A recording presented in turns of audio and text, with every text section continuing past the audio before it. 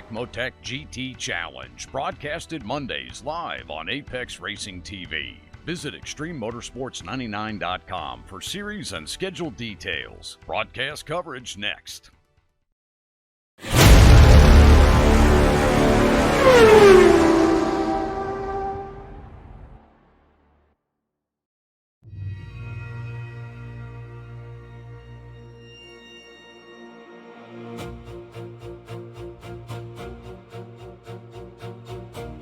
We saw action and drama 3 weeks ago in Mid-Ohio.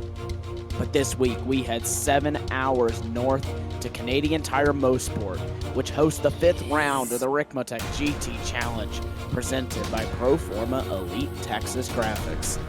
Coverage tonight will be on Apex Racing TV, Tyler Maxon in the commentary booth, and on production alongside Brad Flynn for this 75-minute race. But Brad, we head to the very tight, twisty, and fast Mosport circuit, which is certainly going to be a challenge for the drivers tonight. Yeah, hi Tyler, and hi to all the viewers. Yeah, another fantastic track on the schedule. I've often considered this to kind of be like the American Brands Hatch. This track, just the way it undulates, and the grass runoff areas. And it's not super wide in places either, so I think it presents a similar challenge to a couple of sections of Brands. So yeah, it's a great track and should be very interesting here with a lot of traffic tonight over the length of the race. It should definitely be a very interesting track. We just are getting into qualifying here. The drivers are just starting to set their flying laps. But as we kind of wait for that, we will get track information up on your screen in just a few moments' time. But it's going to be another 75-minute race tonight. We went, I don't think we've seen a 90-minute race so far this season, but we're to the 75-minute format, which means one pit stop for the drivers. Some pit stops will take 2 tires, and then some drivers will gamble on none. So it'll be interesting to see whether the drivers think that they need to take those 2 tires, which I think it will be very important towards the end of this race.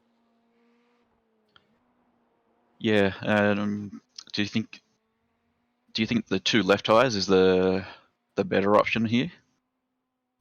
I would have to say so. I think that it's going to be taking the 2 left tires should be a better option, but we've seen drivers go for a risk in the past and gamble on taking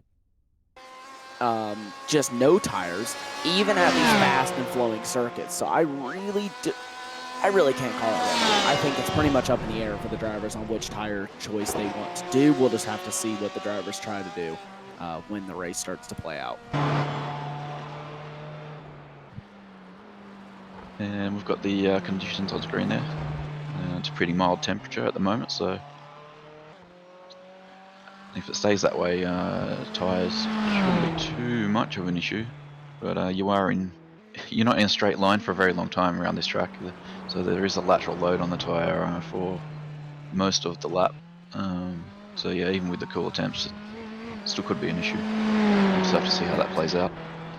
Certainly could be an issue for the drivers. You can see the track temperature here up on your screen, 27 degrees Celsius track temperature. So it's definitely a hot one here in Canada. We are not too far from the American border, just a couple hours away, I believe. We're only 7 hours away from Mid-Ohio. We're definitely not far from America. You can see up at the top of your screen what the different classes mean. If you are new to the series, new to watching the series, the red class is the GTLMs, which is your GTEs within iRacing that has the Ferrari, Porsche, BMW, and Ford, which sadly we don't see any Fords in the series, but that is an option for the drivers next season. And then the GTD category, which consists of the Mercedes and the Audi GT3 cars. And you can see the difference in times there is not too big. We're just seeing at about 2.3 seconds difference between the top in each class. So we're really not seeing a whole lot of separation there, which could mean that traffic is very difficult to get past if you're a GTLM car, especially if you're not a super fast GTLM. Yeah, it's going to be interesting. there's the short nature of this track, having a short lap time, even though the difference is not very high, if any of those cars do get into trouble, it won't take long for them to become traffic around here. So we could see, if there is trouble early in the race, we could see traffic becoming an issue quite early on. And also, the faster guys in the GTD class very close to the times sort of at the tail end of the GTLM class. So if any of those have mishaps in the first couple of laps, those two classes could get intertwined almost immediately.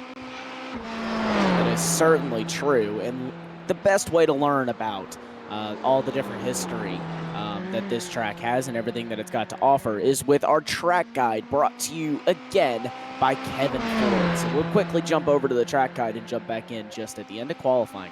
Kevin Ford brings you your track guide.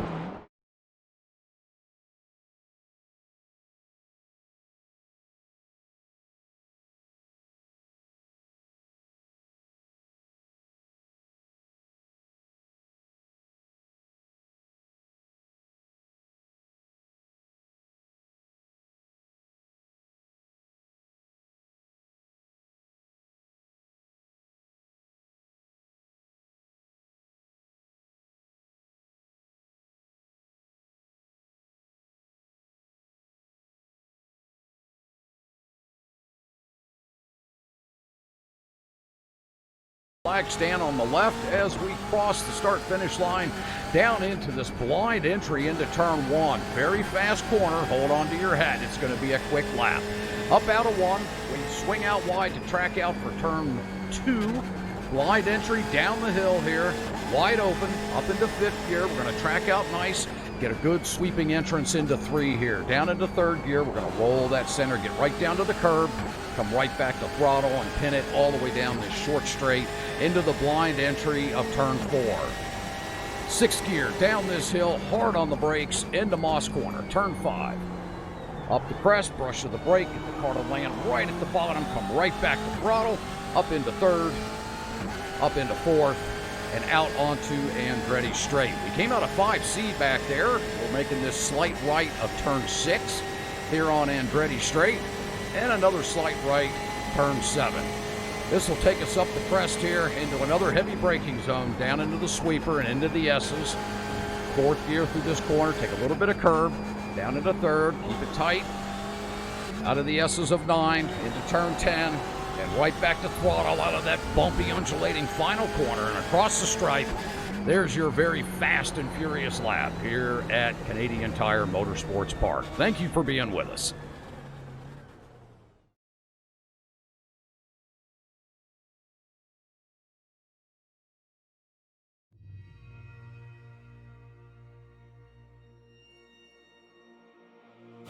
Welcome back.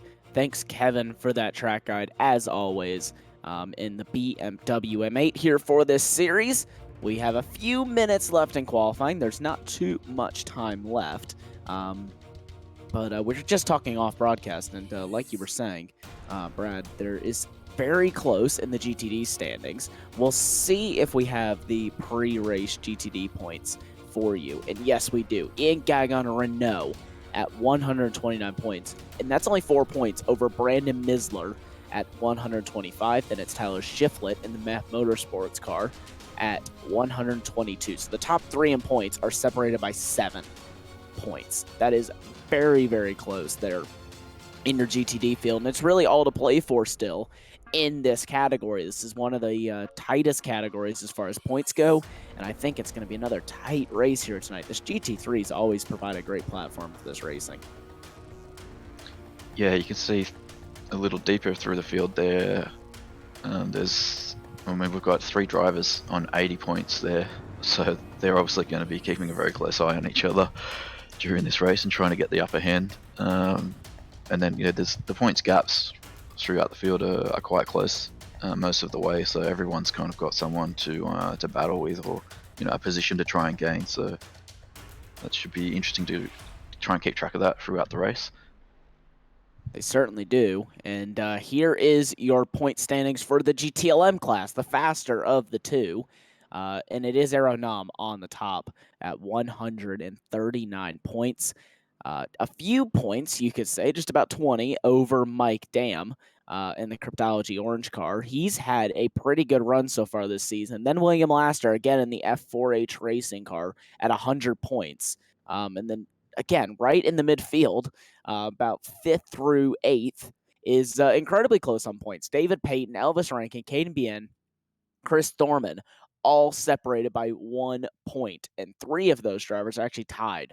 And Andrew Karen is actually not too far ahead of them either, just 6 points ahead. So we're really, really close here on point standings, and just a few more minutes left in this qualifying session before we get underway here for 75 minutes of action. It's a pretty short lap here, actually, at the Canadian Tire Mosport, just a minute and 11 seconds in comparison to where we were earlier on in the season at Spa, where it's nearly 2 minutes and 10 seconds. So a little bit of a shorter lap for these drivers. More close quarters racing, and definitely a very tricky track to do it at. Yeah, well, a short lap time means lots of laps, and this place is, even though it is a short lap, it's pretty full with corners. There's not much time to relax, so that can, particularly like the mental side of things, just trying to keep that concentration level and that focus over that time. A lot of tracks you do get a bit of chance to relax a little bit. Here, there's a little bit of a chance along the back stretch there, but there's really not much time. So it's going to be interesting to see who might crumble under that pressure or have that consistency, and that's where those championship battles can be, won or lost, just through the consistency over the longer format races like this. Most certainly can. And like you said, there's really only one place to rest, and that's down the back straightaway. And really, you may not even get to rest if you have drivers right on you, because this corner right here that you're seeing up on your screen at the top of Moss Corner, it's a very difficult double apex uphill corner. The car gets very, very light, wants to spin around on you, and I wouldn't be surprised if we'd see that corner catch a few drivers out. As well, the different schedule up on your screen, you can see we will go to the sports car series again next week and the following week from Coda West and from Sonoma Long, and then we'll be back for GT Challenge Racing about a month from now, just under a month from now at VIR. So we're seeing some awesome racing at some awesome tracks here in the next few weeks. So you certainly won't want to miss that. Qualifying is just now coming to a close, 30 seconds left before we will see the drivers take to the grid for 75 minutes of action. And probably just a good moment just to thank the sponsors for coming on board and helping us bring this series: Ricmotech High Performance Racing Equipment and Proforma Elite Texas Graphics. Thanks again for the support from those guys to help us be able to bring this series to you.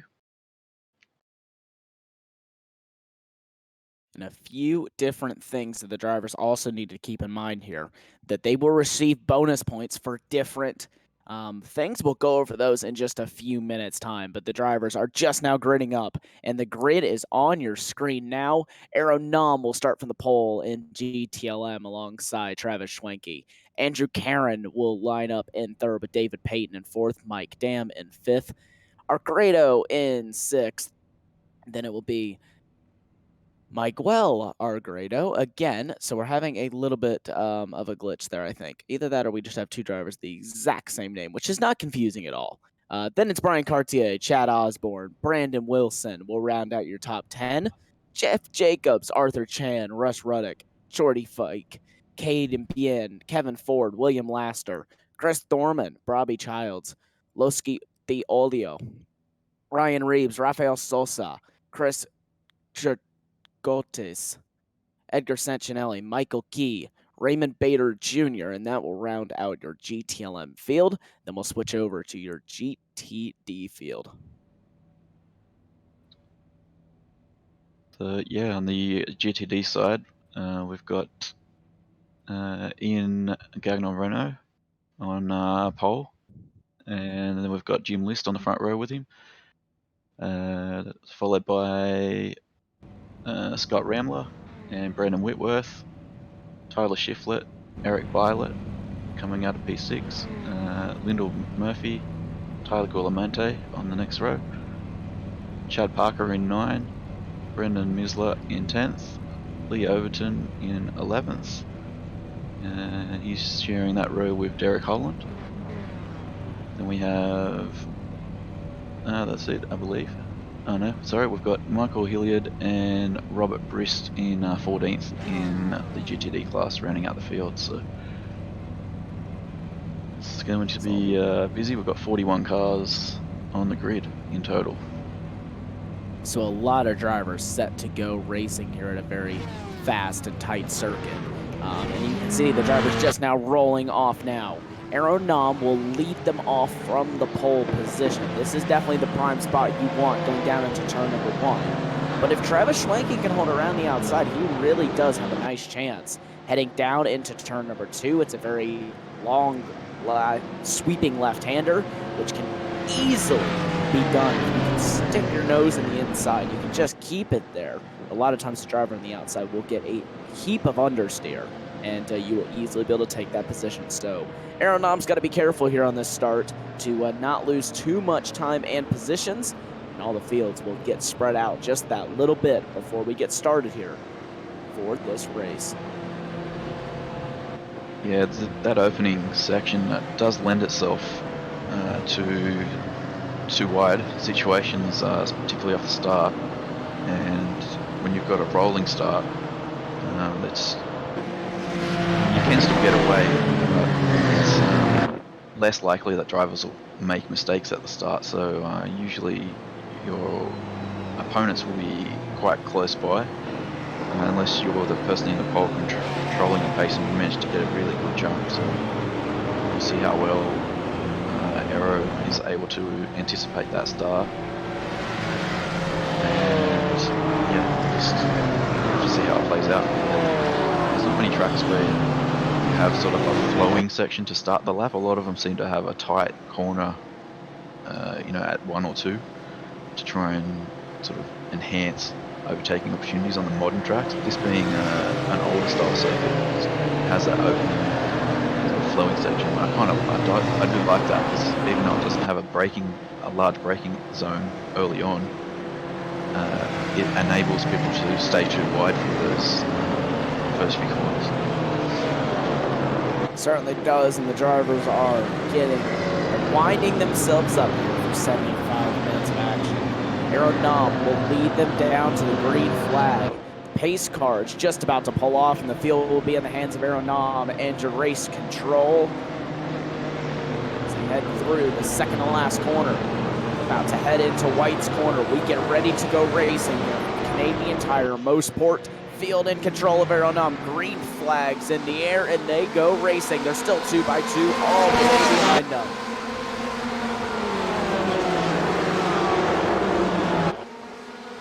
Yeah, it's quite a nice jump there from Aaron Nam. Has been able to get out in front there, and Schwenke's following through. And everyone else is still pretty much too wide, just trying to sort themselves out in a single file as they come down through this first lap. And we'll see if there's any incidents as we get ready to head up through Moss.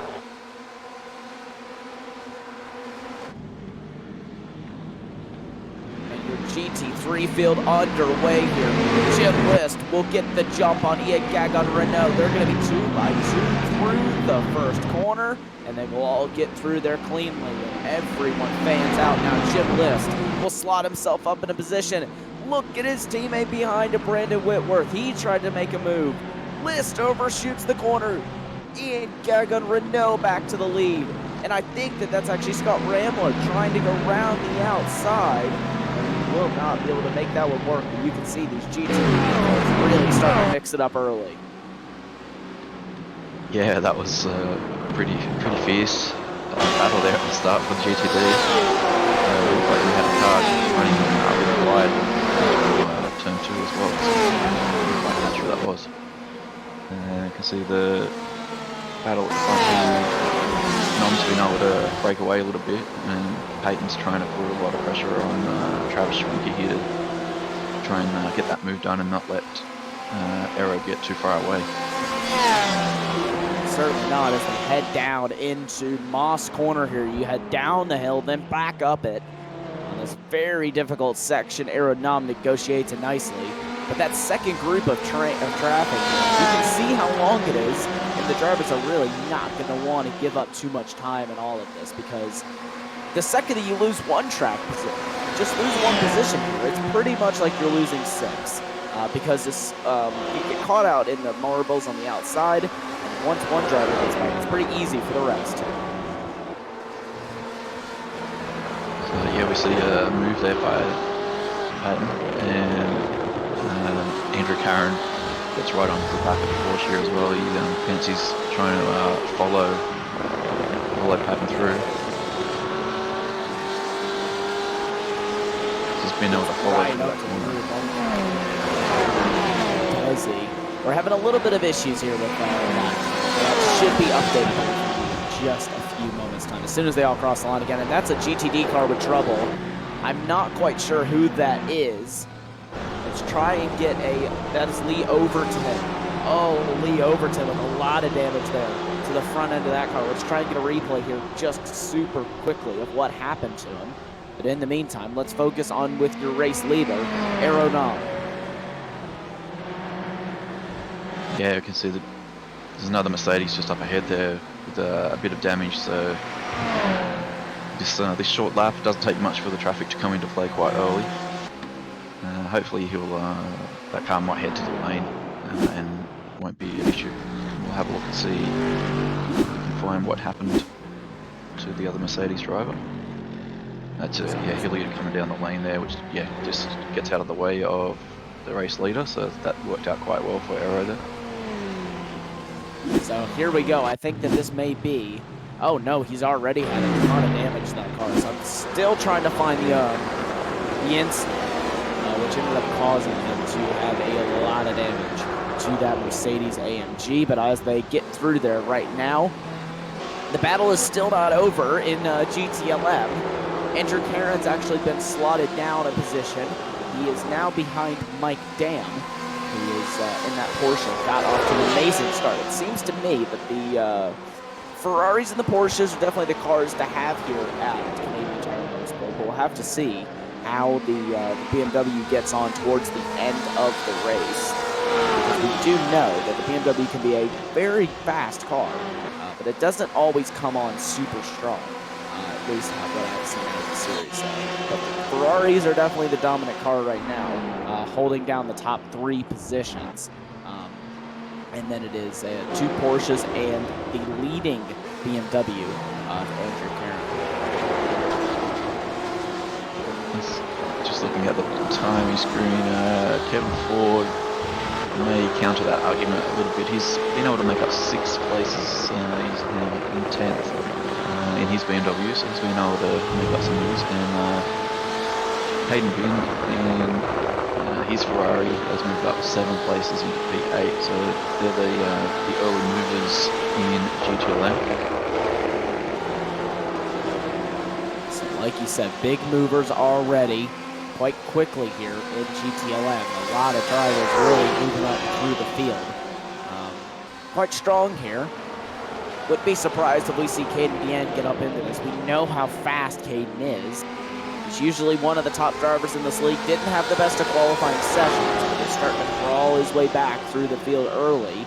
Kevin Ford as well, the league organizer. And you can see that's actually late all there in that second train here. Caden Bien's at the head of that. Chad Osborne is second in this train with Kevin Ford in third in line. And then it's Georgie Fikes. It's actually 3 BMWs in a row here.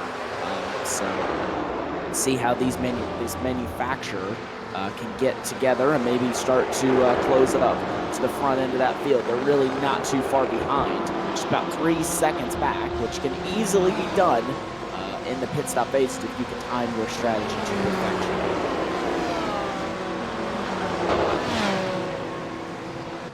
So the drivers that have struck trouble so far, that from what I can see, Brian Cartier in GTLM. He's had an issue with Phoenix Racing Car. Brandon Wilson in GTLM. He's fallen back down 14 places as well, so I believe he's in the lane at the moment too, so must have picked up some damage, and Ryan Reeves is in there with him, so keep an eye on Brandon to see if he's able to recover later in the race. So I do think I have remember what happened with Ryan Reeves, at least. And let's just see. Oh, a couple drivers made contact ahead of him. And was that part of that incident? Yes, it was. He had nowhere to go. Gets tagged from behind and sent into the barrier. So really unfortunate and really innocent bystander in all of that. But we're just going to take a look here at your GTD field. Jim List, 0.6 of a second behind Scott Rambler, who is a further 2 seconds behind Ian Gagnon Renault. Renault is absolutely killing this field tonight.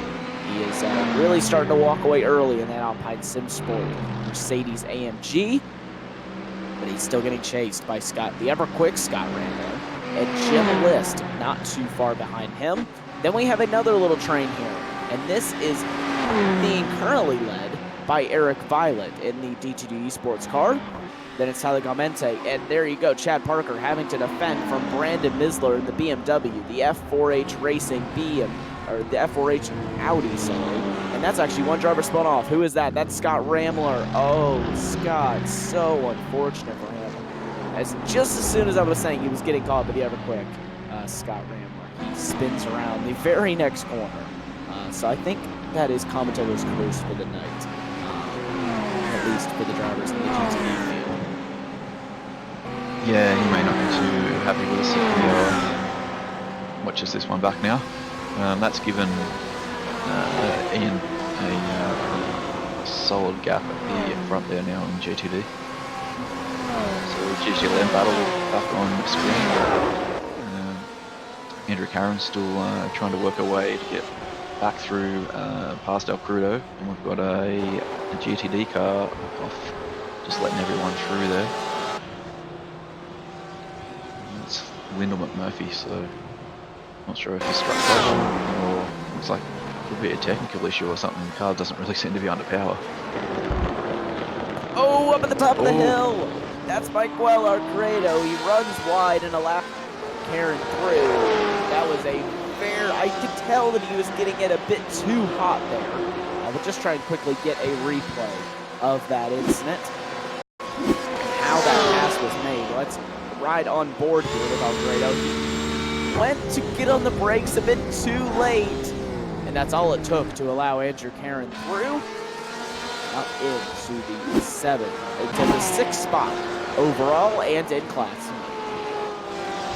Yeah, it might have been a little bit of mirror driving happening there, because Karen was putting the pressure on. I think he might have just just shown the nose a little bit, just sort of distracting, thinking that he was going to turn in a bit earlier and throw it down the inside there. It seemed like Alcrudo just kept the wheel open a little bit too far and wasn't able to get into the apex at the same time. He was a bit late on the brakes. Certainly so. And you can see a lot of GTD run already having big issues here early on. It's really unfortunate to see for them having early in this event. But the battle's still going on up front, though. Brandon Misler and Chad Parker actually are side by side. This is for 5th place right now, so the battles are really not stopping in GTD. They may be a little bit more spread out, there may be less of them, but the battles are still just as fierce all the way through. I just noticed Jim List is in the lane. So Jim List to the pit lane there. That is going to be, I think, some sort of big damage for Jim List. It looks to be.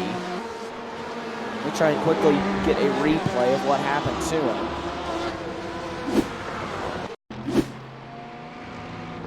So let's see what happened here with Jim List. A couple of drivers already off behind him. You can see there's an incident being reviewed. No, that one's just by yourself. That was unfortunate. But yeah, we just had a message from race control about an incident that is under review.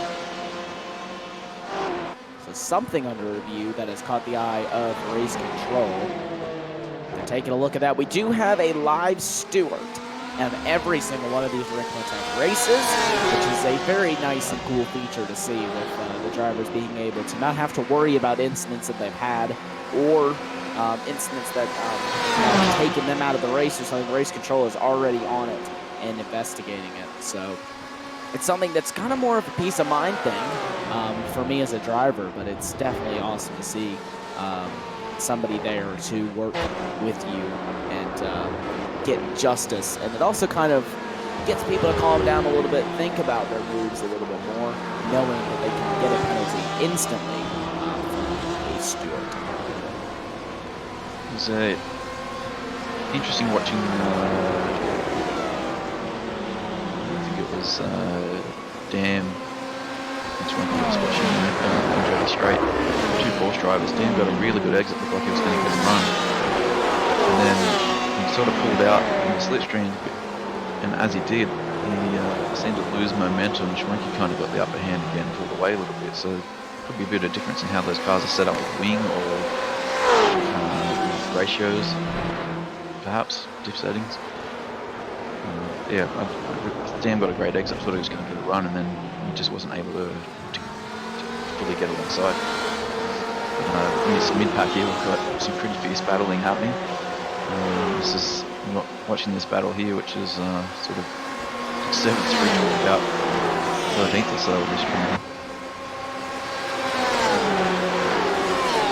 Look at the legs of that BMW as it tries to go around the outside. That is Caden Bien, or I'm sorry, that's Chad Osborne in the Redline Motorsports, trying to get by Caden Bien, who was trying to get by Miguel Antonio Arguedo. So a lot of drivers really slicing it up in the midfield in the GTLMs.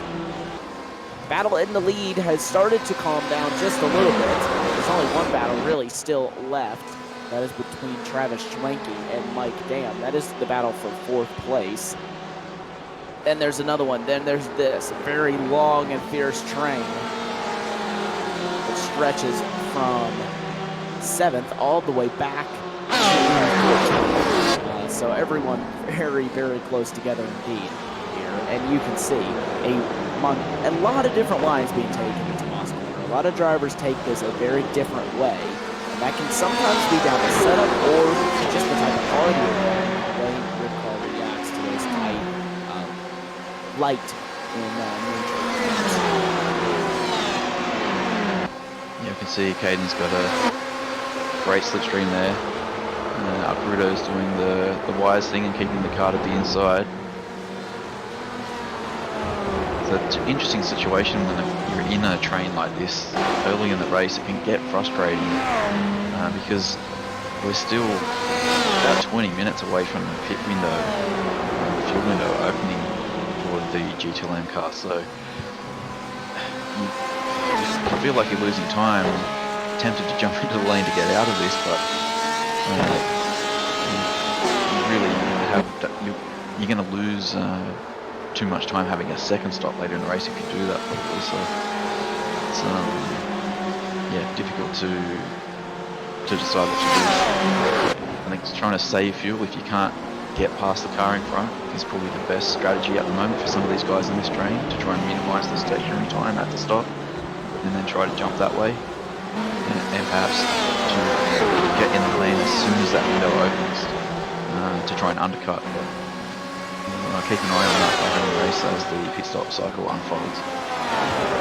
Yeah, and as we're just looking at that battle, we'll jump back to this battle. This is 4th through 6th. Andrew Karen has caught up to the back of these two, starting to move his way closer and closer into that would be the top 4 for him. So right now, sitting in 6th place is Karen, but he's definitely got an opportunity coming up here with the GTD runners getting lapped for one of the first times in this race. So a lot of these guys, this is the first time they will be getting overtaken. Some of these guys will have been overtaken already due to damages or other circumstances, but right now for a lot of these GTD runners and these GTLM runners, it's the first time having to go through this GTD traffic here at this very fast circuit, which really kind of benefits these GTD cars and makes it very difficult. much. Wow, this battle's still raging here. And Ben's been able to get that move done here from the looks of it. Does the Porsche have to stick it out? Got it done going up in the Moss corner and was just able to hold on to the exit. Just kind of caught glimpse. Just saw the end of it there. And it was really a nice move from the looks of it from Caden Bien. And oh, you can see that Porsche has a little bit of a lockup. That kind of scares Caden into releasing the brakes a bit. You can just see how close this train is. You can't put a piece of paper between the guys in this train. I am seeing red all down my timing screen. This is an amazing battle on the racetrack for what is all the way up to 7th place in this race. Yeah, it's hard to decide which battle to follow at the moment, because Schwenky, Dan and Karen are very close in that fight for the podium position at the moment, and then we've got this great battle in the midfield. So the Ricmotech GT Challenge certainly not disappointing, throwing up plenty of action tonight. It certainly is. This has definitely been one of the most action-packed rounds we've seen so far. They all snake their way down the Mario and Freddy straight and down towards the S with a very fast technical S section where if you just get a roll back a couple of feet, it can spell disaster for you. You can end up in the wall at over 100 miles an hour. The walls are not far here at Canadian Tire. Mosport, any mistake, the track will bite you quite hard. Look at that. I think that's Chad Osborne down the inside of Miguel Antonio Arguedo in towards turn number 1, and he will get that move done as they also lap a GTD car at the same time. Luckily, the GTD getting out of the way quite quickly there as Arguedo really having some issues here on this first sector, which is also allowing Kevin and Ford to possibly get down the inside. Let's see if Kevin is able to do anything. Yeah, you can spot just coming off the last corner. Arguedo just got a touch wide and almost had a little tank slapper on. Just had a bit of a slide, lost some momentum, and that gave Osborne the opportunity to go through. So when you're in a train like this, just such a small mistake can result in 1 or 2 positions. Looks like he's been able to gather it up and sort of get back into rhythm. Porsche's pretty strong in the straight line here. He's been able to gap the BMW behind. Look at this. This is also allowing William Lasker to join up onto this group. So this group went from 7th place all the way back to it was to 11th place. Now it's all the way back into 14th. So there's now 7 or 8 drivers who are fighting for position. A lot of those. They all snake their way past and down into towards turn number 2. You can just see how fast it is through here. There's somebody slowed just ahead. They are slightly slowed. That is a GTD car. That's Brandon Misler. Number 41. Oh, and he gets into the side of one of the GTLMs, and that is Georgie Fike into the barriers, and that will certainly go into review from race control. Let's get a replay of what happened. I was kind of holding my breath there because this train's just so close. As soon as you get traffic in there, it's so difficult for both drivers. I mean, the GTD driver can't make his car disappear, and when you've got 7 or 8 cars to try and get through without disadvantaging, and you've still got your own race as well. I mean, yeah, it's just an unfortunate situation. I wouldn't really put the blame directly upon one driver there. I couldn't say that I could either. I think they kind of just, one of the GTLM car turned in while the GTD car kind of went out towards the corner. It's definitely a difficult car though, but I'm sure Race Control will take a look at that one. Look at this battle there for 8th place. Miguel Arguedo starting to fall down a little bit here. Chad Osborne having to defend from him. But that also runs in the back of the mind of a lot of these knowing that Misler had contact with one of the faster GTLM cars. That's going to make them a bit more hesitant around him tonight and not make them kind of stuff in very difficult areas or risky moves. They're going to kind of think twice about that. So it's one of those things where even if it is kind of mutual between the two drivers, the drivers in the faster class will start to take note of that. And Osborne sideways, and he will get into the side of Michael Algredo, I think. But does an amazing job to save that car. That's the other danger when you have the traffic like this. If the GTLM guys are going offline to make their way through, then they're on parts of the track that they may not have done, like they may not have been through that corner wider or offline as much. Something that we should try and practice if we can, because particularly for multi-class racing, because if you need to go offline, you need to be able to, anticipate what the car's going to do when you go offline, and sometimes that can mean you're on a different camber part of the track, so you have to be on the brakes a lot earlier, or you have to open the steering and be more gentle with it. So it's not just the car contact like that can be an issue. It can be the GTLM cars going offline and then not really being as comfortable with the car, which can cause issues like we just saw. Certainly can, and you can see they're all starting to file their way through this GTD traffic. Chad Osborne now leading this train. Cade Bien has really checked out from this one. He's now 3 seconds up the road. Battle still going on, though, for what is now 3rd place. I wonder what happened to Michael Algredo. He was up in 3rd, and now he's handed that over to Travis Schwenke. So let me try and figure out what happened there as well, because he's really dropped down the order.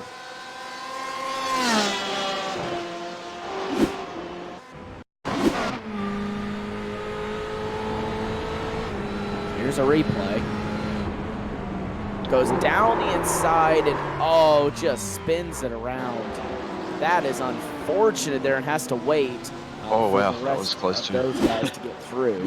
It's very close, like you said, with one of the GTD cars, but that was how he lost so much time there. And Travis Schwenke and Mike Dam side by side, the two Porsche drivers trying to challenge each other down through the S's section. This is definitely not the smartest section to go too wide through, but it can be done. They will slot back in single file, and it will be Mike Dam having to look for a move at another part of the track.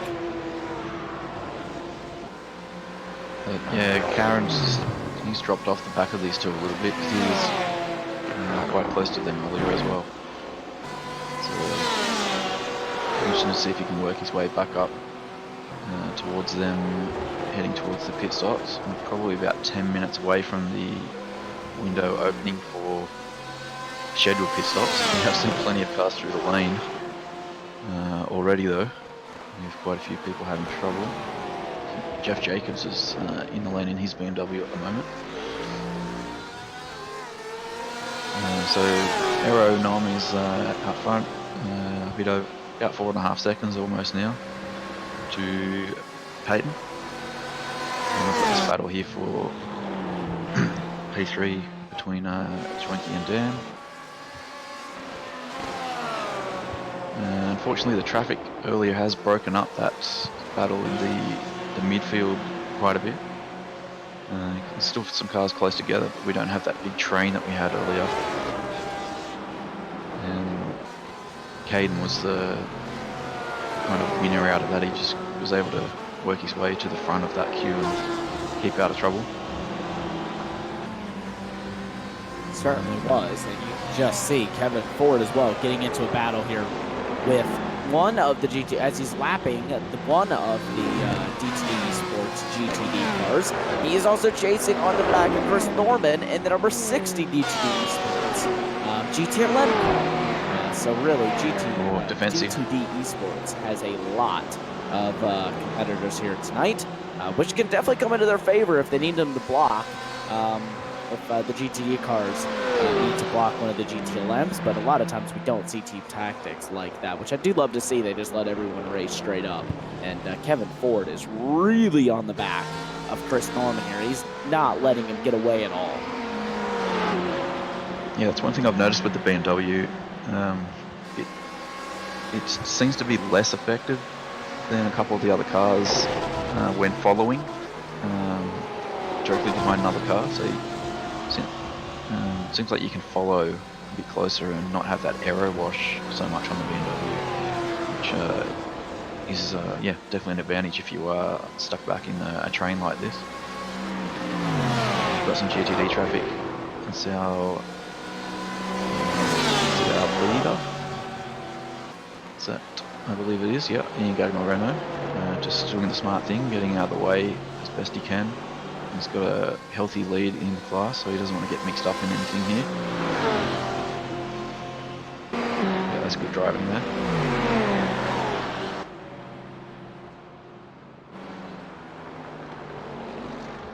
Oh, we've got a car off in the background and turn down through turn 1 there. I think that might have been a GTD car. And that's Tyler Galmente. So what's happened to him? Here's a replay up on your screen.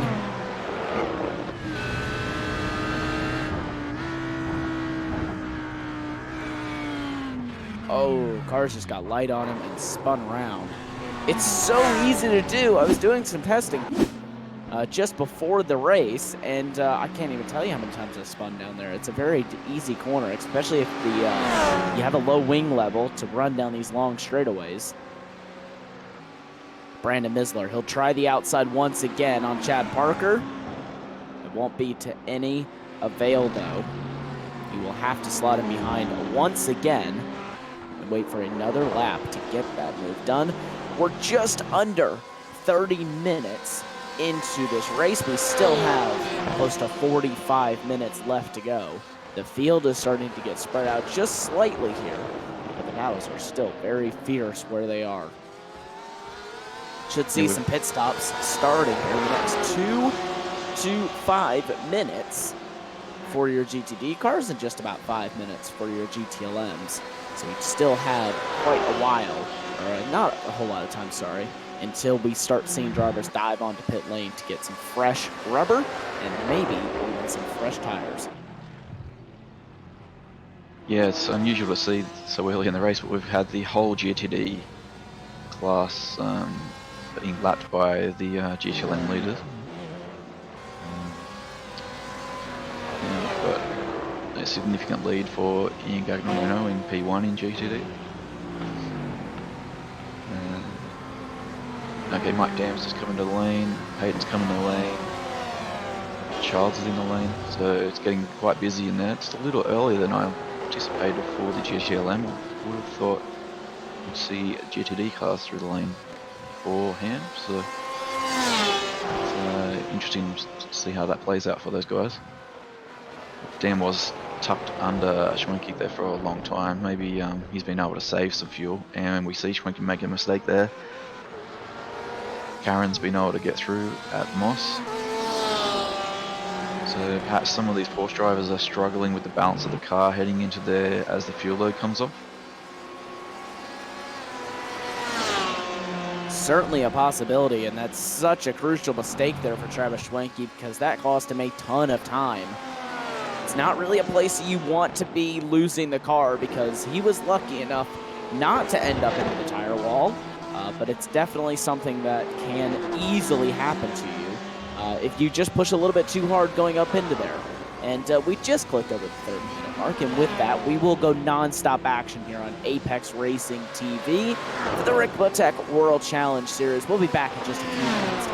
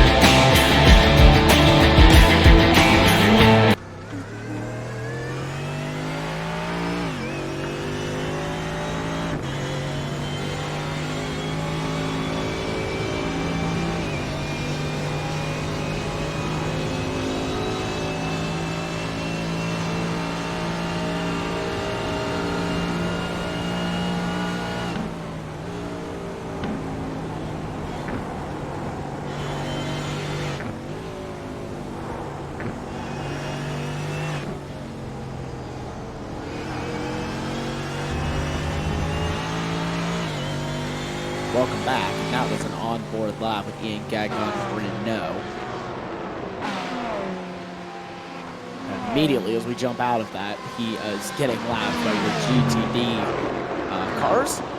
Just a few of them diving into William Lasser, Miguel Antonio Argredo for Delta Racing.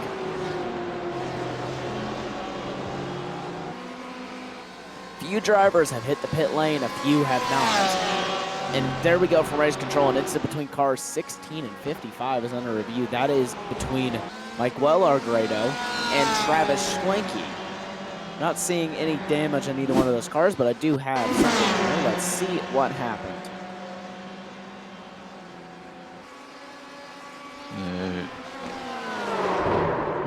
Oh, bit of contact. Spins Schwenke into a half spin, but keeps going, and Argredo does not improve his position. So that is something that the stewards are taking a look at there.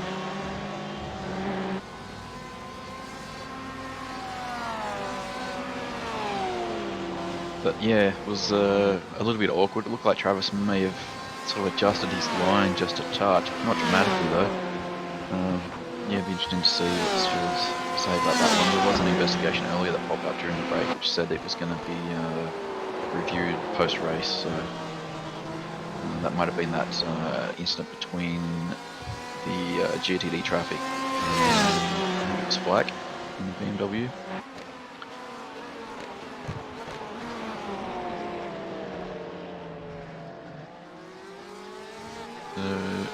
Still got GTLM leaders. There's some 8 or 9 cars yet to make a stop out the front there.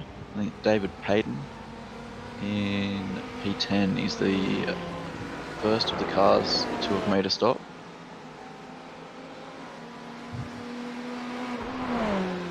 That one. Payton, the leader of the stops. Dam is in a net. That he's the second of the drivers who have made stops, but he crucially lost a lot of time to David Payton. He's down to about 14 seconds behind, or 9 seconds, I think, behind Payton. So he has a long that he needs to catch to get up to David Payton. But after Aeronom pits, I believe he will still come out with the race lead, and I believe Andrew Carroll will be able to slot himself up into second place. But right now, Aeronom's just got a commanding lead. He's leading by 13.9 seconds, now 14 seconds his lead over the next closest car in class. And he's pretty much just going on a very fast lapping day, is Aeronom. So he is really just out there having some fun at this point. And he's got to do it for just about another 30 minutes. Yeah, well, he's certainly had a lot of traffic to keep his attention and focus, so it's probably not too much danger around this place of sort of losing that focus, even though he's not in a battle. The track being quite busy, and the traffic certainly just the last sort of 15 minutes or so has been quite busy. Looks like he's got a little bit of clear track at the moment, so he might be thankful to see that just for a little while before he decides to go down the lane. Our GTD cars are yet to go through the lane for all the lead guys in that battle. They're all choosing to take it a bit longer, which is surprising. I thought some of them, when they got into the GTLM traffic coming through, might have decided to take their stop early, because their window probably opened sort of 7-8 minutes ago now, so there's interesting or unexpected strategy calls being made in this race.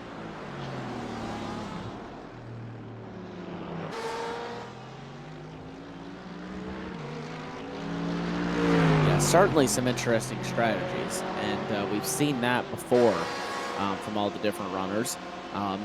Not often, though, that we see the majority of the GTLM field come in before the GTD field. Maybe the GTDs are getting some very good fuel economy in this race, which is certainly doable, because we do know how good the GTDs can be on fuel, especially if the drivers just fuel save a slight bit.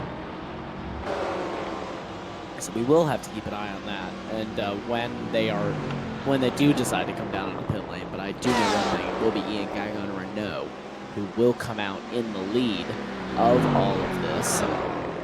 He's got a really commanding lead. It's really been the class of this field so far this race weekend. He's just had some incredible pace so far. And he's transferred that over from qualifying into the race. And there you go. Car 55 will receive a drive-through penalty. That is Miguel Arguedo for the incident between he and Travis Schwenke. So he will have to serve a drive-through penalty. That is going to cost him a lot of time because he is not allowed to do any service on that, which I think that's going to lose him nearly 10 positions or something like that. Yeah, I'd expect him to. He's probably going to fall down into the teens in that GTLM battle, I'd imagine. So not the outcome that he was hoping for today. Unfortunately, there was no significant damage or anything that we can see on Travis's car, so he's been able to continue unaffected.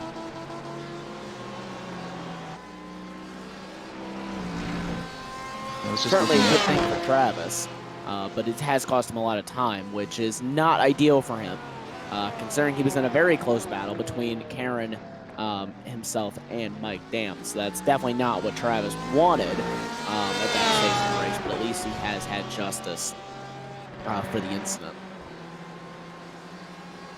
I was just looking at the GTD points pre-race that we looked at earlier that was quite close. At the moment, obviously, Ian Gagnon Renault is out in front and looking at extending that lead, but probably more than he expected at this point, because Brendan Misler has not had the best day by his standards. He's down in P5 in class, and Tyler Shiflett's P3 in class, and Guillamante, he's had a little bit of trouble too. He's down in P6, so Ian looks to extend that lead significantly today if he's able to keep that run going. Schwenke, unsurprisingly, will lose a lot of time to his competitor Mike Dam, who is also way behind David Payton. So Payton really the one with the most interesting strategy so far. A very quick stop there from David.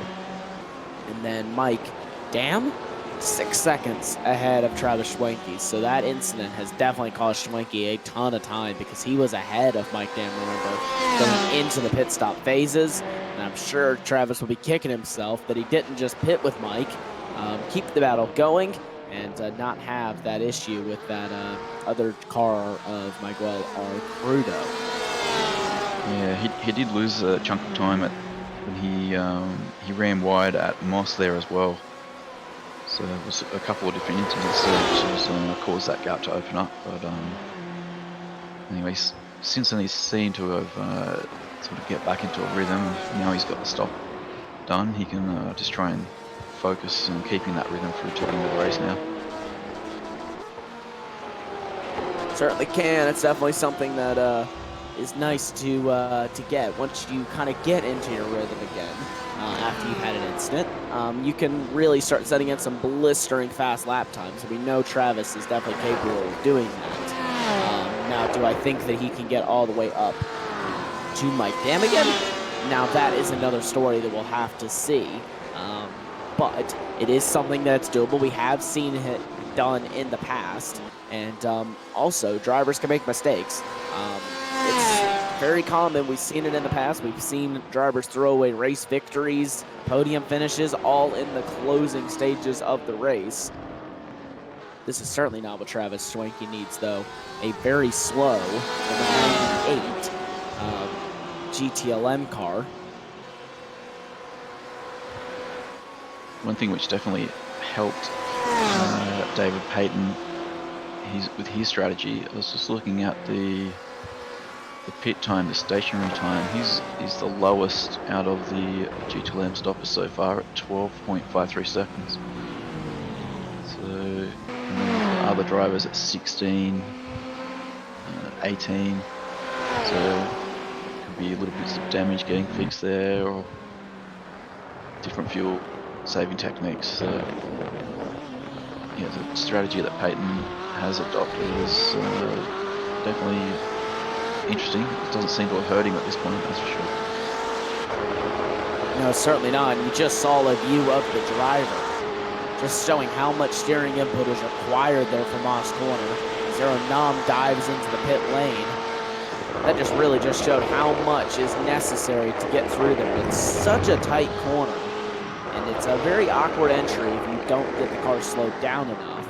And a lot of times we'll end up with you in that outside wall, which is not what a lot of these drivers want. As Aero Nam, though, he is in the lane, and he will easily come out ahead of David Payton, his nearest competitor to him before the pit stop phases, and he will come out with a quite sizable gap to David. So Aero should take over the lead once again once Andrew Karen and Caden Bien come down towards the lane.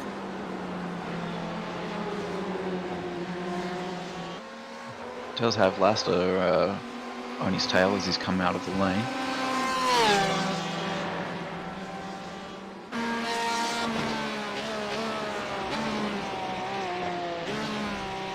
So he may have hoped to fall back into a bit of a gap. As we see race control, there's a drive-through penalty for car 5. That is Tyler Galmente.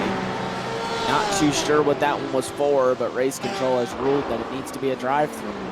So we should see him diving in here in the next few laps. Yes,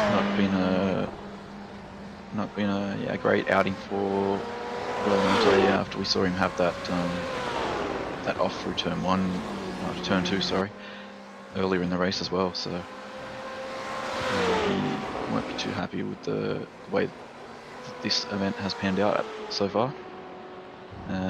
Andrew Karen, though, he's decided to take this stint out a lot longer than some of the other drivers. And let's see how that plays out for him. It doesn't look like he's had super pace, but he has been consistent. We haven't seen him get tangled up in anything too much, so he could be on for a strong result here with this strategy as well. Be interesting to see how that plays out versus Peyton, who stops a lot earlier, because those two were quite close on track earlier. One thing I'm just watching here with the gap, it is slowly starting to expand for Andrew Karen. He is starting to pull away from Caden Bien, his teammate, and as well William Laster, who has gotten around Aero Nam. So at this point, I don't know. While I don't think he's going to come out ahead of Aero Nam, it's really impossible to do so. I think he's definitely on for a good or decent result at least, if he can get out of the pits efficiently and not lose too much time. But you can see he does have some damage to the front end of that car, so that may cost him some as somebody's off in the grass. Yeah, I think it was a BMW driver we just saw off at turn 2. Yep, that's Michael Key. It's down in position 18 in class.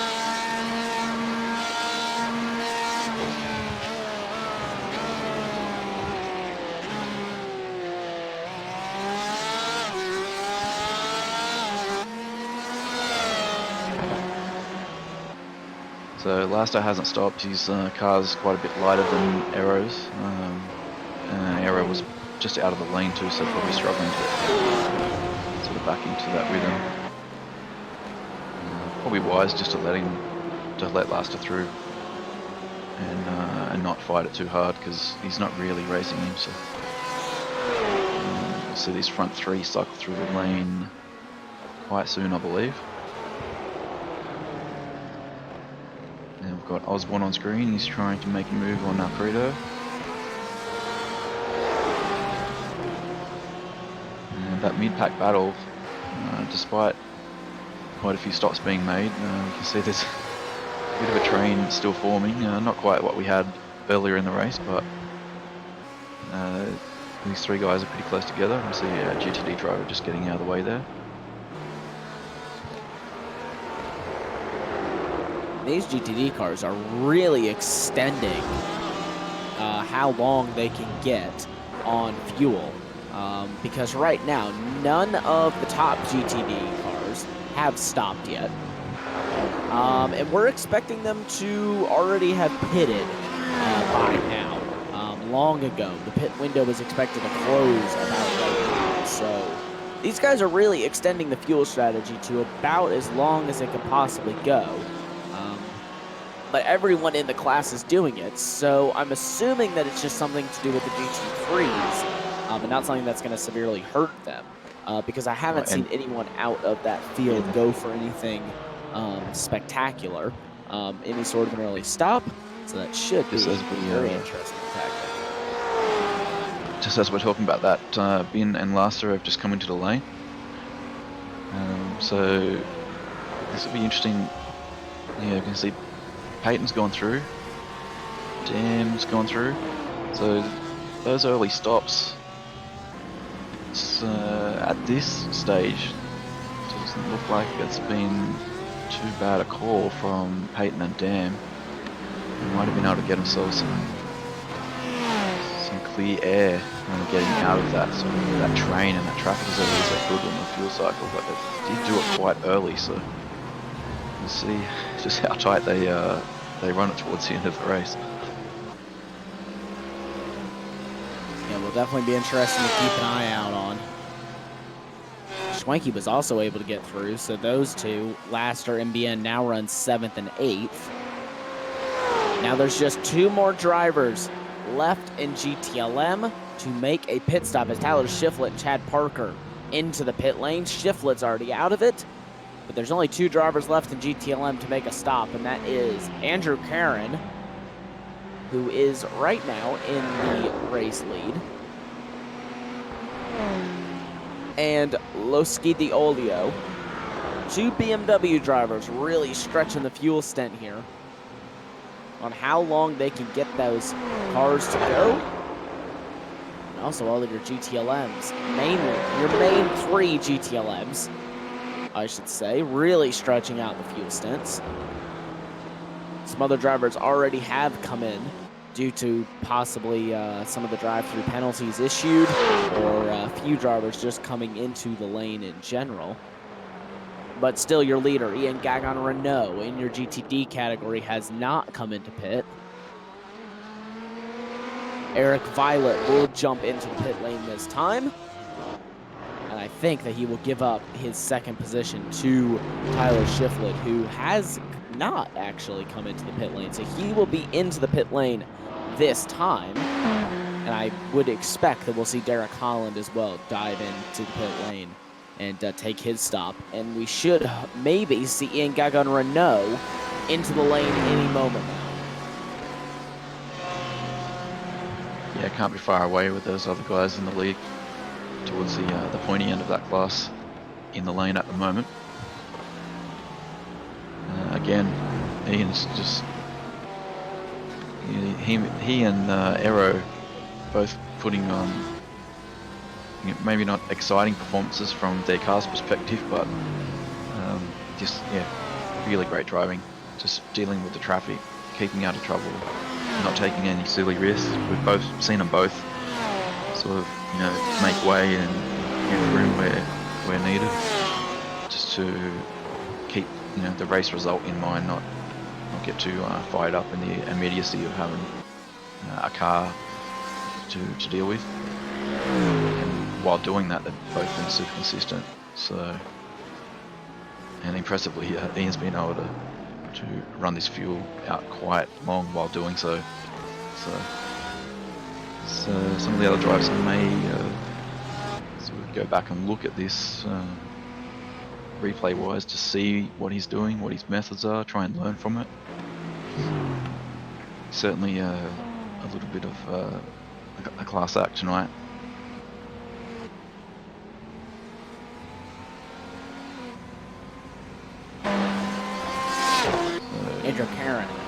onto the lane, and he will slot down a few positions. Let's see where he slots out. I believe slot out just ahead of William Laster. And it'll be just ahead of William Laster and just behind Travis Schwenke.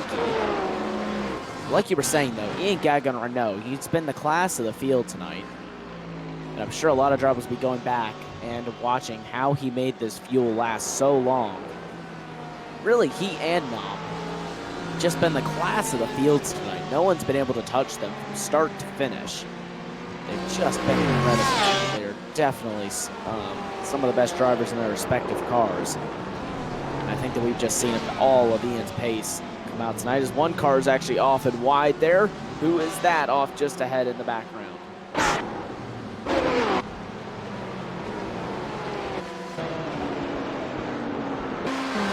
Quite a train happening here again now.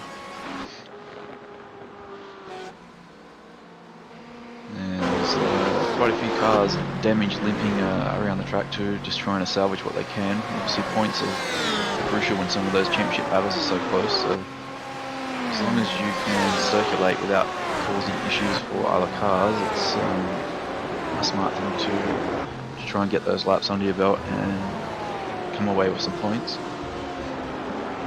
Just looking at the timing screen now that the pit stop cycles have for the most part been completed. We've got Ian just coming into the lane now, so getting his stop on, he's about to come back out.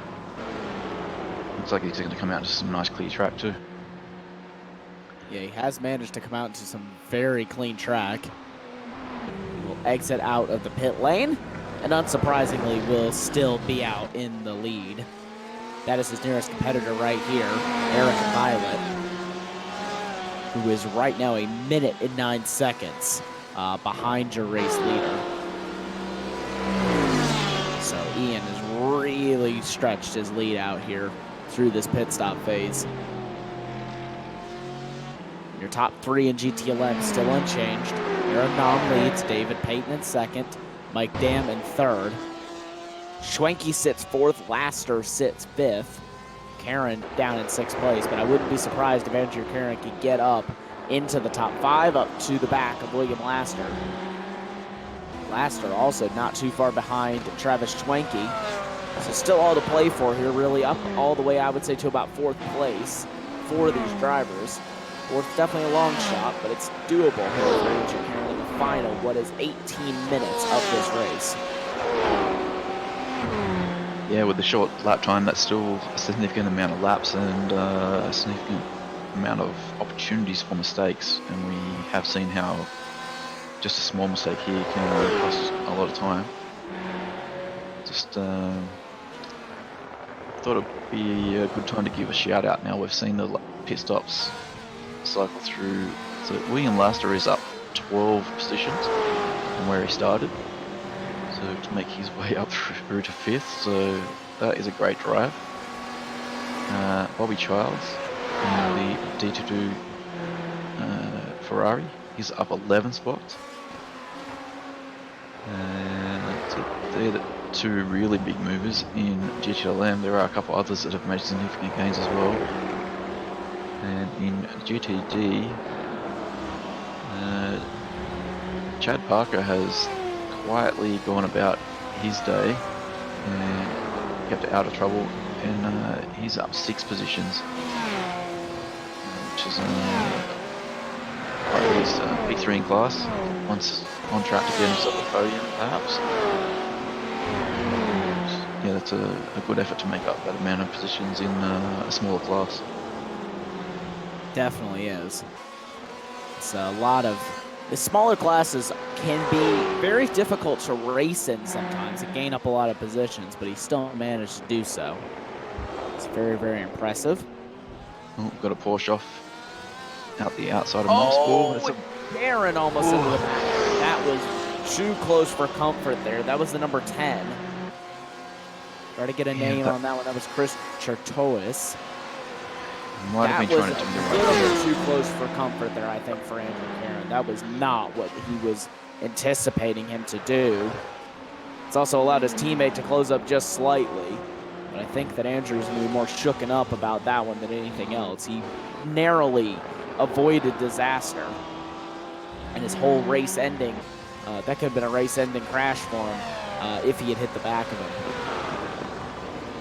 Yeah, that's the danger with multi-class racing, and that's why you have to maintain that focus. Even someone like Aero, who's not been challenged today, he's still got to maintain that focus, because just a unpredictable moment like that can end your race really quickly. So yeah, Andrew Karen did well to avoid that one, because he was quite fast to react. He did pull his car to the inside, had to avoid that slower car. And down in 10th position, looks like we've got a bit of a battle. Kevin Ford, he's trying to make his way back into the top 10.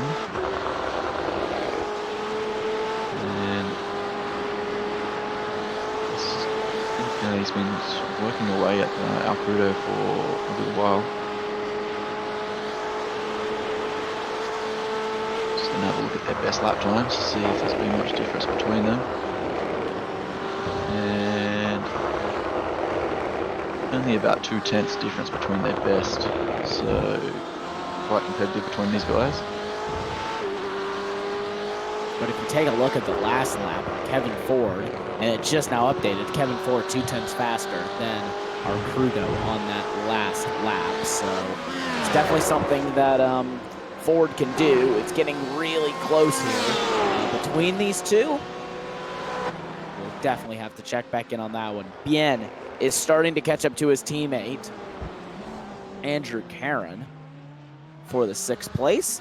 And right now, William Laster is starting to pull away again from Karen as well. So Karen's starting to feel the effects of those older tires on that BMW. Really starting to hinder his performance here. Yeah, the other thing that's probably worth mentioning, even though it's not a huge positional change, but from the start of the race, both Peyton and Dam, who made those early stops, went for the early strategy in GTLM. They've both made 2 places, which has got them up onto the podium. So it looks like they were able to make that early strategy work. And then there have been some other drivers who have been able to equally make the long strategy work. Although Karen, who did go the longest, he's down 3 places, so that may have hurt him staying out right now.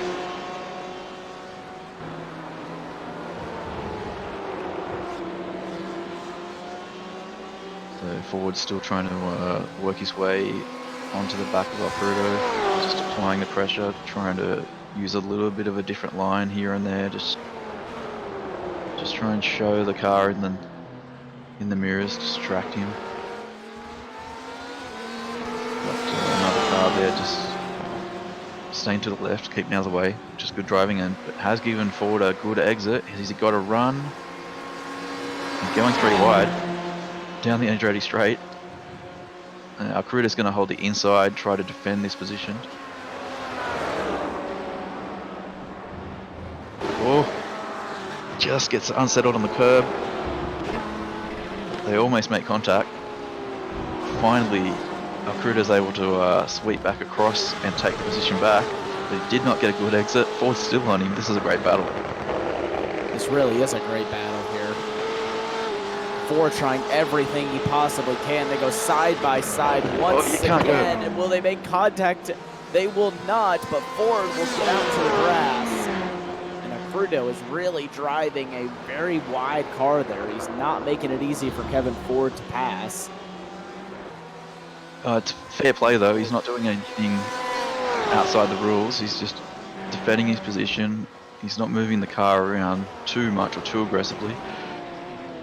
But yeah, you can just see the different lines and the strengths and weaknesses of the cars as well. I think just looking at the body language of the car, Alcrudo seems to be like really on the limit trying to defend this. I think if Kevin can keep this pressure up, there's likely to be a mistake from Alcrudo, and you can see his car getting on the entry there, just getting unsettled. It really looks like he's on the limit, where Kevin looks much more comfortable with his car at the moment. You just need to be careful that he doesn't get sort of tied up in some contact. Oh, and we've got a car spinning in the background. Just caught that. There was a Ferrari spinning on the straight, on the exit of the last That is turn. Eric Violet. He was sitting up in 4th place in your GTD category, I believe. Now dropping down a few places. Here's another great battle, too.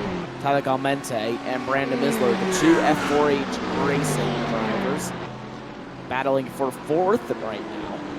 And they've actually have Chad Parker in the GTD esports car just ahead of them. So this is a battle for 3rd place on the track.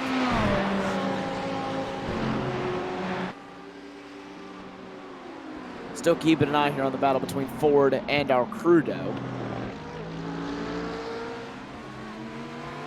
Right now, this is definitely the battle to watch here for GTD. There's 10 minutes left in this race. We don't have too much longer. And these guys are certainly feeling that pressure. They're going for it. Around the outside goes Tyler Galmente, trying to make everything possibly work here. Let's see, can he make it stick? The Audis definitely has the handling. Oh, and they make contact.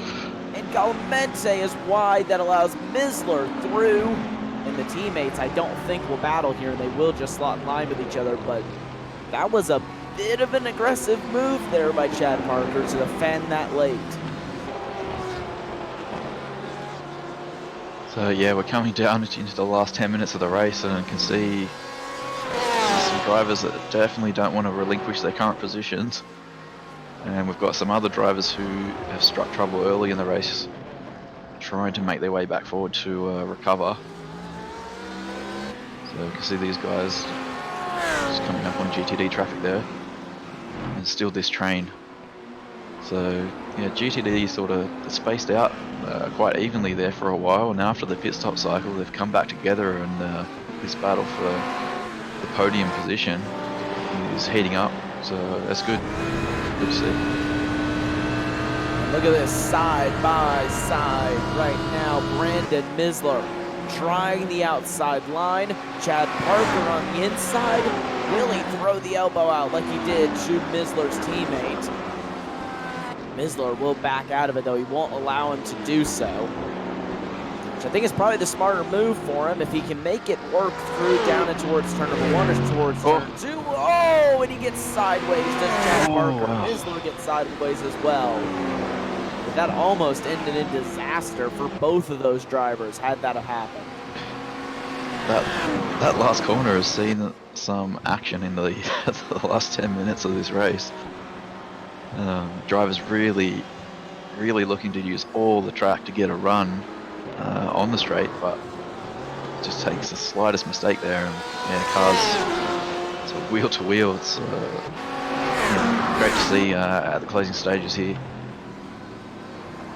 You can see Parker is having to defend everywhere. Around the outside. Misler around the outside. That is an incredible move, and I can't say I've seen many pull that one off. Bravo, Brandon Misler. Yeah, that was a great move. Because we've got a GTE car sort of making his way through this battle as well. We go on board here with Misler. So very, very close down through 2. You can see there's just a little mistake there. The other car getting unsettled and allowed him to position the car on the outside and keep the momentum. So yeah, great pass. Certainly was indeed. And there is race leader Aero Nam just onto the back of this train. He knows there's no sense in being too aggressive with them.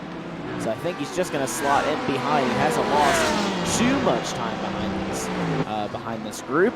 But there's no sense in throwing away an hour and 10 minutes worth of work just to get by a GTD car quickly. Ooh. There goes Galmente, okay. runs wide. That is pretty much going to put him out of the battle with his teammate and Chad Parker. And I think that Brandon Misler should be able to secure third place if he can hold on here for the next 5 minutes of this race. He doesn't have too much longer that he's got to hold on. And look at Kevin Ford and Miguel Arguedo. They're side by side here through the final 2 corners, and they will head on to the front straightaway now and down towards turn number 1. Kevin Ford as the inside. He should be able to hold it here. It's a difficult one, and they're still going to go side by side. How many corners have they been side by side now for?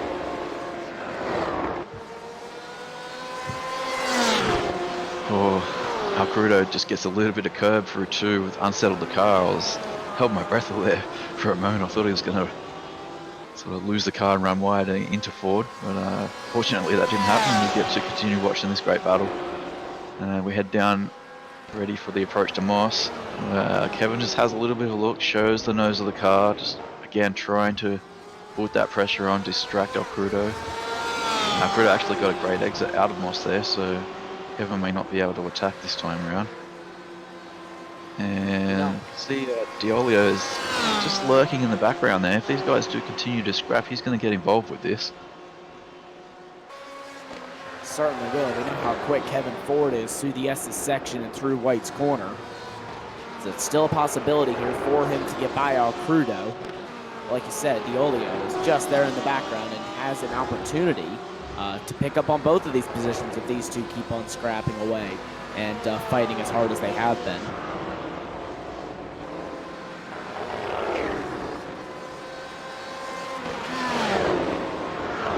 Just take a look here while we have a bit of time at the next 2 weeks, the next 3 weeks here of racing. We go back to the Sports Car Series at Coda West next week. Then Sonoma Long, they'll be back for the GT Challenge Series at VIR in just 3 weeks' time. So a bit of a break there with the Sports Car Series. Then the return at one of my favorite tracks of all time, VIR. Should be awesome to see these cars do battle there, and the traffic management there, if you think it's important here, will be ever important there as well. Yeah, These Ford guys getting just really, by. he was getting really close. Kevin Ford really is getting close, like you said. He's right up on the bumper of Alcrudo. I think he's just trying to peek overtake here and trying to make him forced him into a mistake. But all Alcrudo is doing right now is just costing both of them time. And look who's on the bumper, or starting to get up on the bumper here of Kevin Ford. It's Lowski Diolio. Yeah, you can see Kevin just turning in a little bit earlier, or just trying to be that sort of half car width, different line from Alcrudo in front, just to show him he's there. Try and get him looking in the mirrors, because well, if you're doing that, you're not focused 100% on what's happening in front of you. You are more likely to make mistakes. So. But he's going to have to be keeping an eye both forwards and backwards himself very soon as Diolio starts to close up. He's pretty much right on the back there now. The 3 cars all within a second of each other. You can see he lost a little bit of time there at Mosport, but Kevin Ford didn't lose any of the such. He is right up on the back of Miguel Arguedo. 2 minutes left in this race, and David Payton has caught up quickly. He's caught up Aeronom 5 seconds here in the final 5 minutes of this race, but I don't think it'll be enough. Nom's just taking his time through the traffic. And Nom should have just about 2 or 3 more laps to go when it crosses the line this time. Yeah, he knows Payton's going to have to deal with that same train that he's had to just patiently work his way through, so he's probably not too worried about that. There is some battling still in GTD though. We've got Guillemante still working on Parker to try and take that 4th position. It's hard to look away from this battle in GTLM though. Oh, a little bit of contact there. See, Alcrudo got unsettled on the entry. There's a little bit of contact. Diolio is trying to take advantage of this. So it'll be interesting to see how that plays out perhaps post-race. Diolio's going to make a move to the outside, try and get this done. Remember, they're fighting for P10. Everyone likes to have a top 10 on the result sheet if they can, so no one's wanting to give this up without a fight. Certainly not. Diolio. Oh, Diolio's into the wall. Done. Well, we're just pretty much out there. Just and put that the is about curse as on unfortunate Diolio. as it gets. Well, let's see what happened here with Miguel Antonio Arcredo. Down into Moss corner. Let's ride on board with him.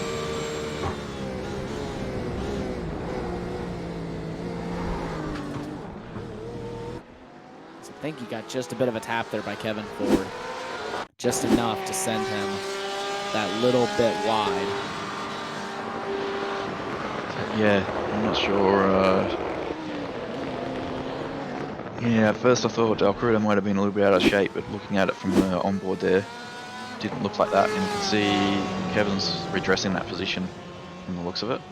Kevin Ford's out of fuel, I think, actually. Oh, he's out of fuel. Definitely. Wow. So Kevin Ford misjudging the fuel, and he is most certainly out. So he is going to grind to a halt here. And actually, that is race over for a lot of these drivers, sorry. Aeronom will take the victory, as we've been so focused on that battle. Kevin Ford won't even make it to the line, but sorry about that, folks. So focused on that race battle that I missed Aeronom going over the line. But Kevin Ford out of the car, and that should be his position capture. But your finishing results will be up on your screen here momentarily. That clock must have ticked over just as he was approaching the line. I thought there was going to be another lap.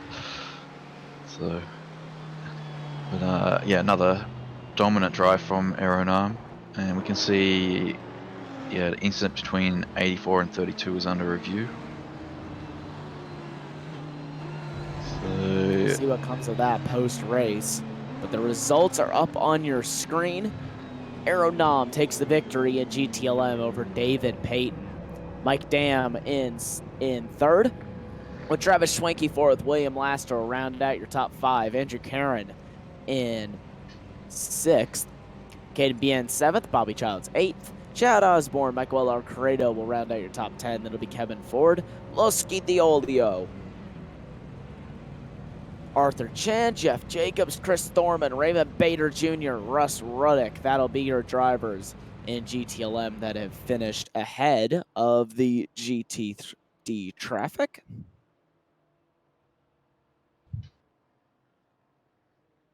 Then in GTD, Ian Gagon Renault will take the win over Tyler Shiflett. Brandon Misler will finish in third, and Chad Parker fourth, with Tyler Galmente in fifth. Derek Holland in sixth. Eric Violet seventh.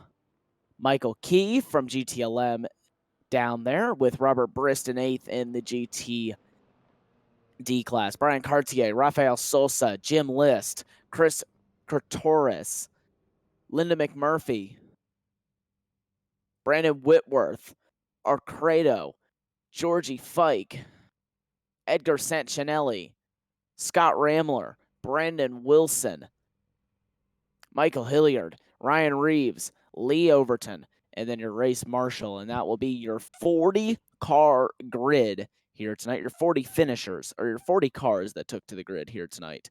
And we already have your two winners here in for an interview. Who do you fancy talking to first, Brad?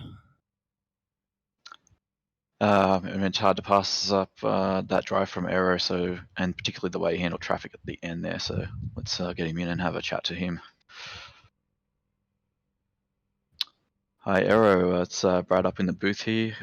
Congratulations on another outstanding drive. You weren't troubled too much from your opposition in class, but particularly towards the end of the race there, you had that really large train of traffic to make your way through.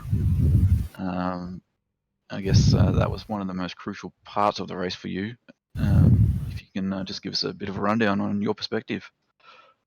Oh yeah, the traffic was overall was fine. Yeah, but then I don't know, like 5 laps to go, there was just so many cars. I think 6, 7 cars, and they started to bang and crash. And yeah, I think I lost 9 seconds going through there. But that's why I had so big league.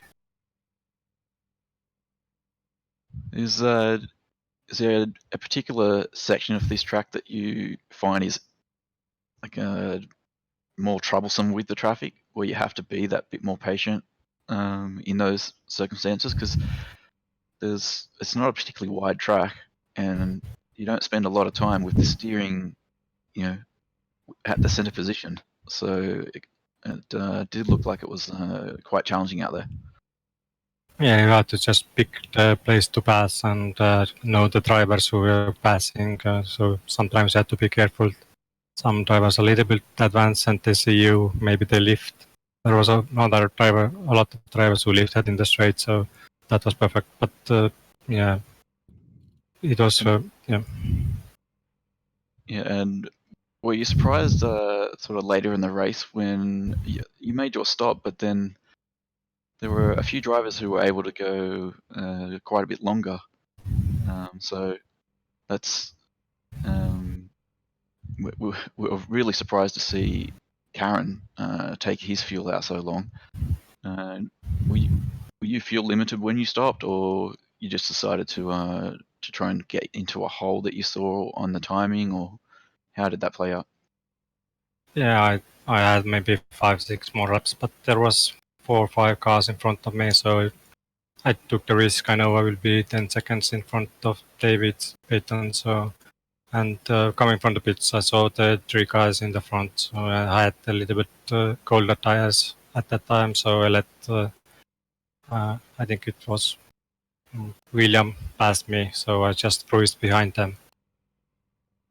Yeah, we saw Laster get through there, and I sort of commented during the call that it was probably a wise move just to let him go through on the lighter fuel load and to keep the end result in mind. So it's good thinking on your part to do that, and yeah, extending that championship lead. You can see the nearest competitor, Mike Dam, was in P2 at the end of the race there, so you've got some nice points again today. And is there anyone you'd like to thank before we wrap things up with you? First, I want to congrats David Payton for so speedy race pace. He had some a little bit slower in the quali, but yeah, in the race he was very close to me, so very well done. He was practicing all week and did hard work, paid off. But yeah, I would like to thank all the sponsors, the admins who put up the sessions in the week, and you guys in the booth there. Not a problem. And yeah, congratulations once again, and we look forward to seeing you out next time. Thanks, guys. Cheers.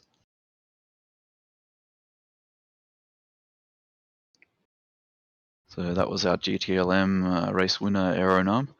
In the booth now we have Ian Gagnon Renault, who took out the victory in GTD. Ian, another great drive from yourself. It seemed like some amazing fuel saving, as well as having that blistering pace. You took the stop out really late in the race, so be interested to hear about your race, but also how you went about sort of being able to take the car that deep into the race without going down the lane.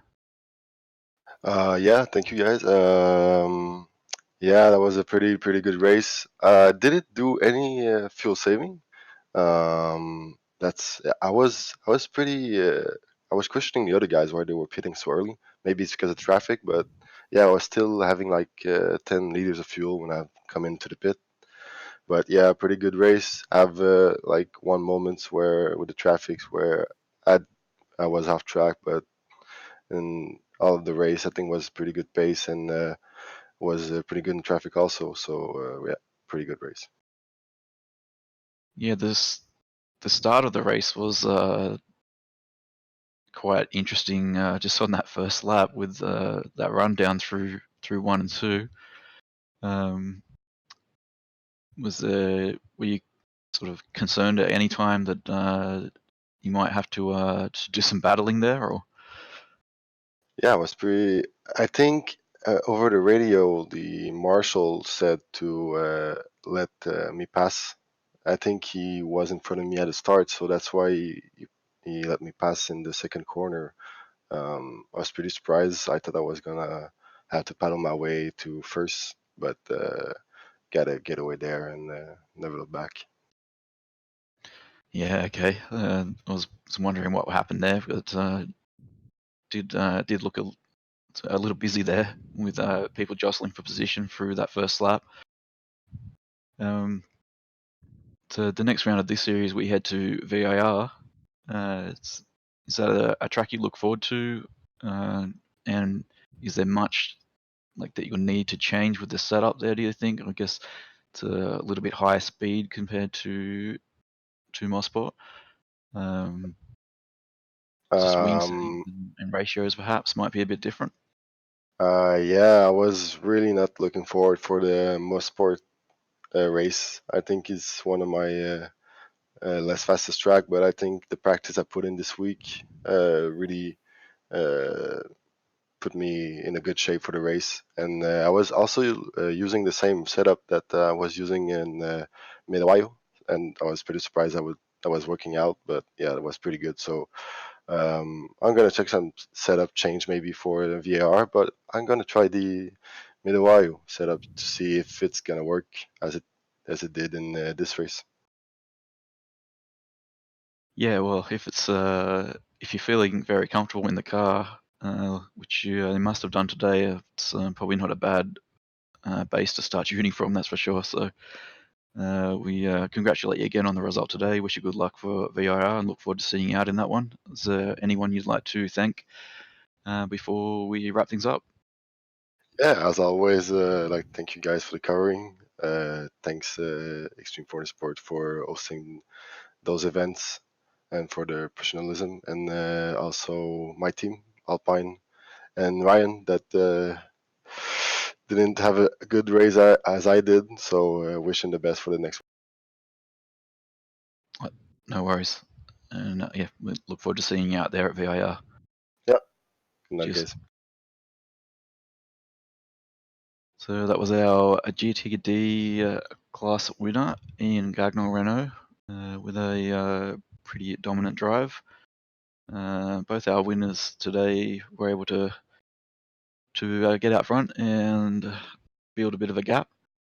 And but we did see some fantastic battling behind there. What do you think was the highlights for you, Tyler? Oh man, probably just the traffic that all those drivers had to go through. That was very stressful for them, I'm sure. It's definitely not an easy track, I can tell you from experience, to deal with traffic at. So, really impressed by all the drivers. It was definitely one of the highlights of my race. But I'm also just super excited to go to VIR for next round of the championship. Like I said, it's one of my personal favorite tracks to go to in the real world as well as on the simulator. And I do think it's very underrated by a lot of the drivers. So I'm super excited to go there in 3 weeks' time for that one, and should be an absolutely incredible race. Yeah, it was. I mean, there were some sections of the race there where we really needed more cameras to keep an eye on everything that was happening. There was a lot of action, and a lot of drivers will be keen to put this one behind them as well. Quite a few of them did find trouble. So it'd be interesting. There was a couple of incidents that were going to be reviewed post race, I believe, from today's event. So we might have to update viewers on those next time out at VIR. But yeah, some great battles through the midfield, that's for sure. Certainly is, and I think with that, that will conclude our coverage of round number 5 of the Ricmotech GT Challenge here from Canadian Tire Mosport. We hope to see you back in a week's time for the Ricmotech Sports Car Series at the exact same time. We will be going live with that one from Coda West, which should be an absolutely incredible race. And then in 3 weeks' time, we'll be back for the Ricmotech GT Challenge Series live from VIR. So with that, myself in the commentary booth, as well as Brad and all of us here at Apex Racing TV, we'll see you next time.